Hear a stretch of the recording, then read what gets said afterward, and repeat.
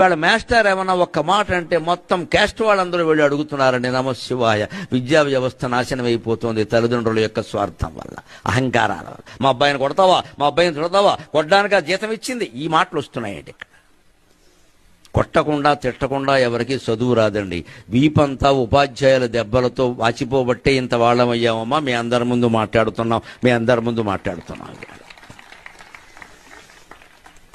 ఎవ్వరూ కొట్టకుండా ఏమీ తిట్టకుండా పిల్లలకి చదువు రాదమ్మా. దుర్లక్షణాలన్నీ వస్తాయి. ఎవరు ఈవేళ ఏం పెద్ద చింతపరికినట్టు కొట్టేవాళ్ళు ఎవరు? ఓ దెబ్బ అంటే వేస్తే తప్ప, ఓ మాట అంటే తప్ప, ఏమీ అనకూడదా? పైగా ఆయన క్యాస్ట్ ఏమిటో కనుక్కుని వ్యతిరేకమైన క్యాస్ట్ వేసుకుని వెళ్ళిపోవడమా ఇక్కడ? పైగా పిల్లాడి ముందే ఉపాధ్యాయుడిని అవమానించడం, ఆ ప్రిన్సిపాల్ని పిలిచి ఇక ఈ ఉపాధ్యాయుడు పాఠం చెప్పగలరా? మీరే ఆలోచించండి.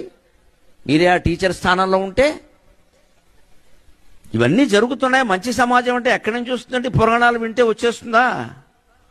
లక్ష్మీ నరసింహోత్సవం బాధ్యత మనకేం లేదా? ఇక్కడ గురువుని దైవతంగా, గురువు మీద నేరం చెబితే పిల్లలు గోమే కొట్టేయాలి వెంటనే. చెప్పకో, నీకు చదువు చెబుతున్నారు ఆయన. గురువు బ్రహ్మ, గురువు విష్ణు, నోరు మూసుకో, చెప్పకో. ఇంక చెప్పడవాడు చచ్చినట్టు సర్దేసుకుంటాడు. అందరికీ డబ్బు, అహంకారం, గర్వం పెరిగిపోయింది. గురువు లేదు, బ్రాహ్మణుడు లేదు, పురోహితుడు లేదు, ఏమీ లేదు. ఇక్కడ దేవుడు అసలే లేదు. మన డబ్బు, మన అహంకారమే. ఇంక సమాజం ఎలా బాగుంటుంది? అందుకోసం మొత్తుకుంటున్నా.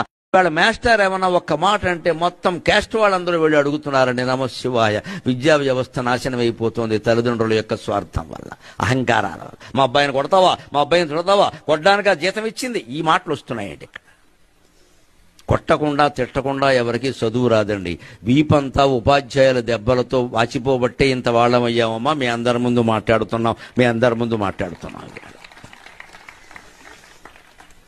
ఎవ్వరూ కొట్టకుండా ఏమీ తిట్టకుండా పిల్లలకి చదువు రాదమ్మా. దుర్లక్షణాలన్నీ వస్తాయి.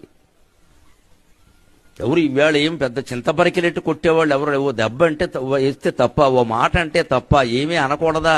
పైగా ఆయన క్యాస్ట్ ఏమిటో కనుక్కుని వ్యతిరేకమైన క్యాస్ట్ వేసుకుని వెళ్ళిపోవడమా ఇక్కడ?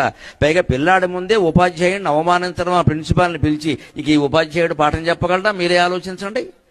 మీరే ఆ టీచర్ స్థానంలో ఉంటే ఇవన్నీ జరుగుతున్నాయి. మంచి సమాజం అంటే ఎక్కడి నుంచి వస్తుందండి? పురాణాలు వింటే వచ్చేస్తుందా? లక్ష్మీ నరసింహోత్సవం బాధ్యత మనకేం లేదా? ఇక్కడ గురువుని దైవతంగా, గురువు మీద నేరం చెబితే పిల్లలు గోమే కొట్టేయాలి వెంటనే. చెప్పకో, నీకు చదువు చెబుతున్నారు ఆయన. గురువు బ్రహ్మ, గురువు విష్ణు, నోరు మూసుకో, చెప్పకో. ఇంక చెప్పడవాడు చచ్చినట్టు సర్దేసుకుంటాడు. అందరికీ డబ్బు, అహంకారం, గర్వం పెరిగిపోయింది. గురువు లేదు, బ్రాహ్మణుడు లేదు, పురోహితుడు లేదు, ఏమీ లేదు. ఇక్కడ దేవుడు అసలే లేదు. మన డబ్బు, మన అహంకారమే. ఇంక సమాజం ఎలా బాగుంటుంది? అందుకోసం మొత్తుకుంటున్నా.